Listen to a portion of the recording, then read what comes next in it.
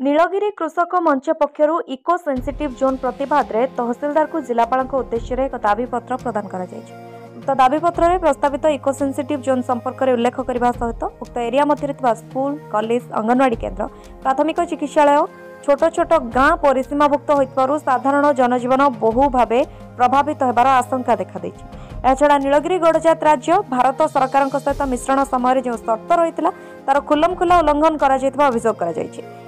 साधारण जनता जीवन जीविका को अग्राधिकार दे प्रस्तावित इको सेंसिटिव जोन को प्रत्याहार करने दाबी कर अजय पट्टनायक गत 2024 मसीहा निर्वाचन में सीपीआई तरफ विधानसभा प्रार्थी थी मो घर उपदा मो नीलगिरी ओकिलाती कर तहसीलदार ये गोटे नोटिस श्यामसुंदरपुर ग्राम पंचायत कांथरे लगे जे 15 दिन भितर ए सेंचुरी एरिया बाबद जार जहाँ आपत्ति अच्छी आसिक जनातु प्रत्येक आरआई सर्कल रे जदि न जनवे तो ताकू सर्वसम्मति क्रमे ग्रहण कर आउर आपत्ति करें ना आमर कहबार कथा होची जेकोसी जिनस सरकार हाथ को नेबे ताहा ग्रामवासी पल्ली सभा जरिया निष्पत्ति कले ओडिशा सरकार हूँ बा केंद्र सरकार हूँ ताकू निष्पत्ति ग्रहण करेंगे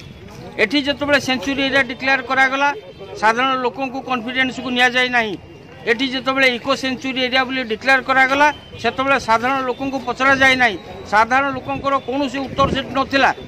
आज से भाव में अगणतांत्रिक भाव में जो निष्पत्ति नियाकू आम विरोध करुँ एवं नीलगिरी सेंचुरी एरिया भितर समस्त राजस्व ग्रामगुड़ी को बाद देवाई आम दाबी कर धन्यवाद। बाउंस बनिया पूर्वतन सरपंच बाउंस बनिया ग्राम पंचायत एवं पूर्वतन अध्यक्ष उपदा ब्लॉक कारण हो आज जो व्यक्ति मान देखते समस्ते दलगत निर्विशेष समस्ते आस प्रधान कारण सेंसिटिव जोन देखिए सरकार बिना ग्राम सभा लोक मान न जन कुलिया अभयारण्य घोषणा कर तदनुजाई जे सेंसिटिव जोन गोटे सृष्टि करी नीलगिरी पहाड़ पाखर 3 किलोमीटर रेडियस एक एलिफेंट सेंचुरी सृष्टि करने चिंता कर तार प्रतिवाद करने आम आसचु एपाई तो क्या न जन माइक प्रचार नक नीलगिरी तहसीलदार श्यामसुंदरपुर ग्राम पंचायत ऑफिस रे एक नोटिस मारी जे नोटिस जनई जहाँ किसी अभियोग थाए सी 5 तारीख सुधा जे नीलगिरी तहसील जनइबे किंतु 5 तारीख दिन रविवार थी ऑफिस बंद तेणु कौन अभियोग ग्रहण कर